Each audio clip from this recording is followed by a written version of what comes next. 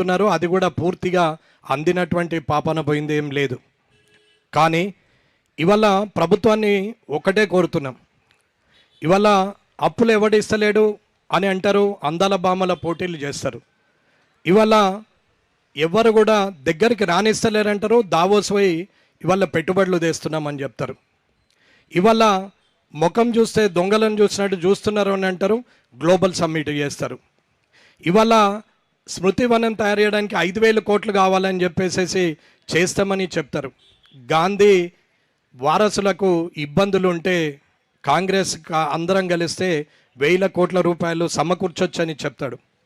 మాటలు ఇష్టం ఉన్నట్టు మాట్లాడడం, గతానికి ప్రస్తుతానికి భవిష్యత్తుకు సంబంధం లేకుండా మాట్లాడడం ఈ ముఖ్యమంత్రి గారికి అలవాటు ఉంది. మామూలుగా ఎవరైనా సరే తను కష్టపడి ఉద్యోగం వచ్చిన రోజు నుంచి రిటైర్మెంట్ అయ్యే వరకు దాచుకున్నటువంటి డబ్బు కానీ, రావాల్సినటువంటి పే రివిజన్ కమిటీకి ద్వారా రావాల్సిన పిఆర్సీలు కానీ, అలాగే టీఏలు కానీ, డిఏలు కానీ, ఎన్కాష్మెంట్ లీవ్స్ కానీ, సరెండర్ లీవ్స్ కానీ, ఇవన్నీ కూడా ప్రతిదీ కూడా వారు కష్టపడ్డ సొమ్ము నుంచి దాచుకొని పెట్టినటువంటి డబ్బును తిరిగి రిటైర్మెంట్ అయిన రోజు తన పిల్లల కొరకనో లేదా మనమలు మనమరాన్ల కోసమనో, తన వృద్ధాప్య సమయంలో తన సతీమణితో పాటు తన కుటుంబం ఆనందంగా ఉండాలనో ఆ డబ్బులన్నింటినీ దాచుకున్నటువంటి సందర్భంలో ఆ డబ్బులను కూడా ఎత్తుకుపోయే ప్రభుత్వం ఈ రాష్ట్రంలో, ఈ దేశంలో, ఈ ప్రపంచంలో ఎక్కడన్నా ఉందంటే అది ఇక్కడ రేవంత్ రెడ్డి గారి ప్రభుత్వం తప్ప ఇంకెక్కడా కూడా ఉండదు.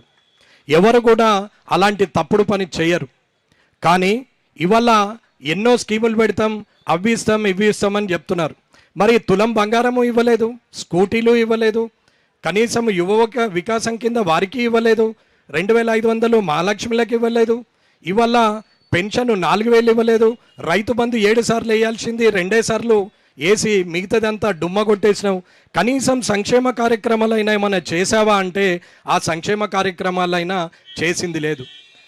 పోనీ ఉద్యోగస్తుల పొట్టగొట్టి విశ్రాంతి ఉద్యోగస్తుల దాచుకున్న డబ్బును తిని ఆ వాటినన్నా కనీసం ప్రజల సంక్షేమానికి, బడుగు బలహీన వర్గాల సంక్షేమానికి, అభివృద్ధికి పీట వేసావా అంటే అది దిక్కులేదు.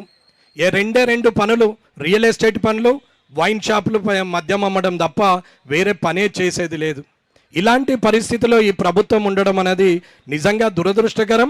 ఈ ప్రభుత్వంలో మేము ఒక భాగస్వామ్యులుగా ఎమ్మెల్యేలు ఉండడం అనేది అది మాకు అతి భయంకరమైన, నిజంగా బతకలేని ఇబ్బంది పడుతూ ఆ ప్రభుత్వంతో పోరాడే పరిస్థితి రావడం అనేది నిజంగా దురదృష్టం.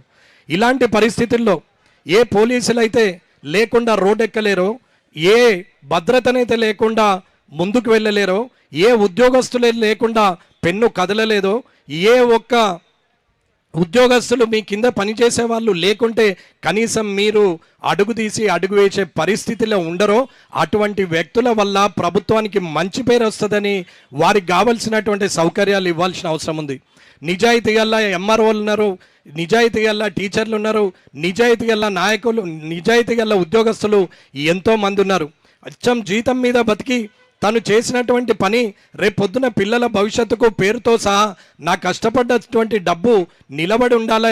అది ఎక్కడో ఉంటే దొంగలు ఎత్తుకుపోయే అవకాశం ఉంది, ఎవరికైనా అప్పిస్తే వాడు ముంచేసే అవకాశం ఉంది, ఎక్కడైనా ఏదైనా తీసుకుంటే దాన్ని దోచేసే అవకాశం ఉంది.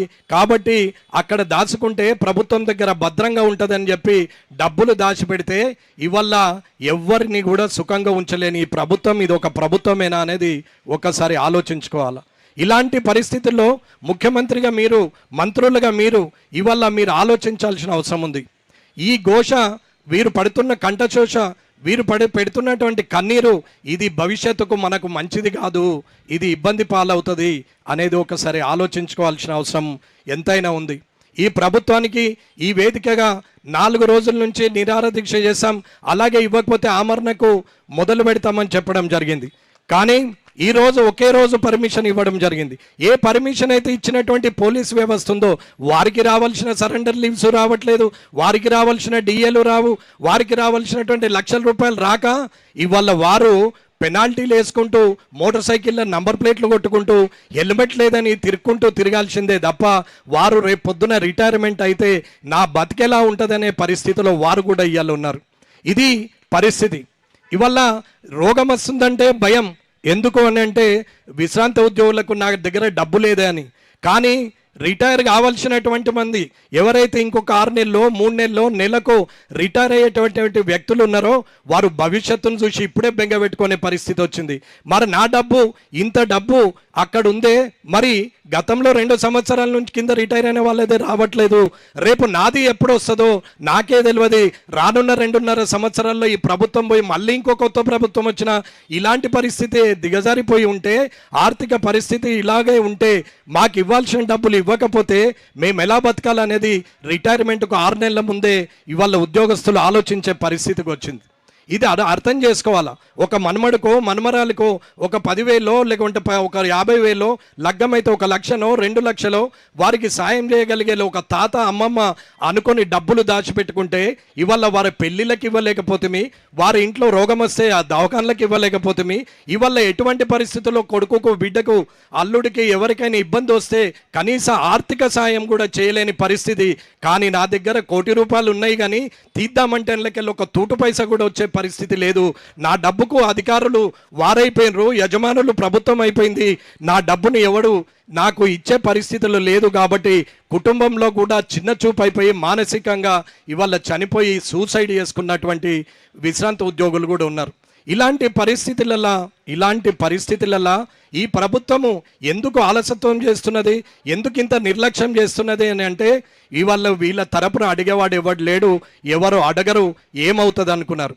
ఇవాళ 62, 63 ఏళ్ళు ఉన్నాయి, షుగర్ బీపీలు ఉంటారు, ధర్నాలు చేయాలంటే చేత కాదు, నడవాలంటే అడుగులు వేయలేరు, కూర్చుండాలంటే షుగర్ బీపీ ఉంది, వారు ఇవాళ నిరాహార దీక్షలు కూర్చుండడం అనేది కాని పని. కాబట్టి వీళ్ళు ఏమేది అడిగేది ఇచ్చినాడే తీసుకుంటారు, లేకుంటే ముదురుకొని పంటారు. 72 మంది పోయారు, రేపు 720 మంది పోతారు, మొత్తం మంది పోయినా నాకు అయ్యే ఫరక్ పడేది ఏముందనేది ప్రభుత్వం ఆలోచిస్తున్నది. కానీ వారి కన్నీరు మీకు ఎప్పటికైనా మంచిది కాదు అని చెప్తున్నాం. ఇవాళ వారి ఇంట్లో ఏదైనా పండగ వాతావరణం వస్తే జేబులు చూసుకుంటే డబ్బులు లేవు, అకౌంట్లో చూసుకుంటే డబ్బులు లేవు.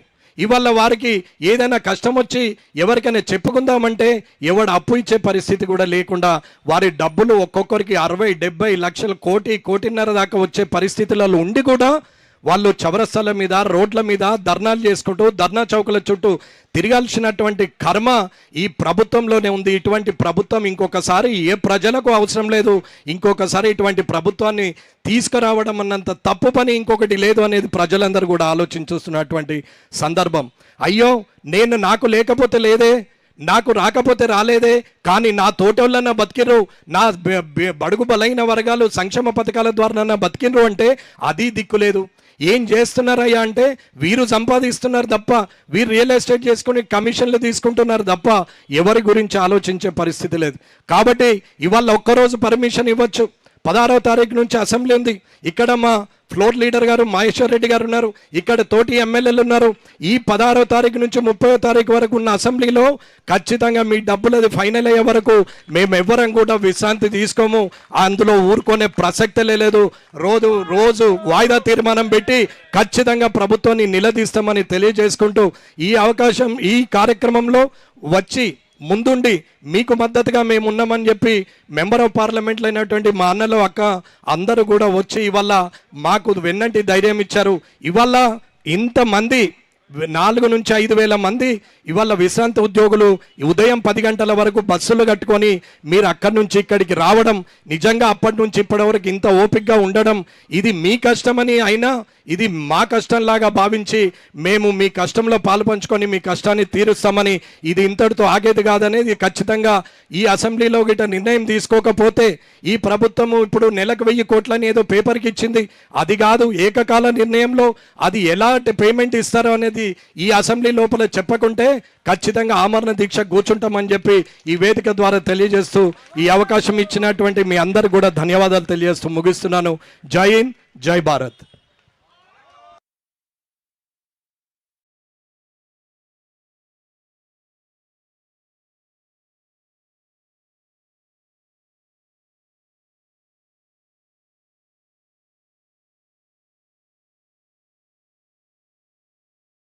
హలో, భారతీయ జనతా పార్టీ సికింద్రాబాద్ జిల్లా మహంకాళి జిల్లా అధ్యక్షులు శ్రీ భరత్ గౌడ్ గారిని వేదిక మీదకి రావాల్సిందిగా విజ్ఞప్తి. అలాగే కార్యక్రమం తుది దశకు వచ్చింది. మన పొద్దు నుంచి నిరాహార దీక్ష చేస్తున్నటువంటి మన కాటిపల్లి వెంకటరమణారెడ్డి గారు, అలాగే చంద్రమౌళి గారి నాయకత్వంలో రిటైర్డ్ ఎంప్లాయీస్ అసోసియేషన్కి కూడా భారతీయ జనతా పార్టీ నాయకులు విరమణింపజేయాల్సిందిగా విజ్ఞప్తి చేస్తున్నాను. ముందుగా డికేఆర్ నగర్ వెంకటరమణారెడ్డి గారికి, అలాగే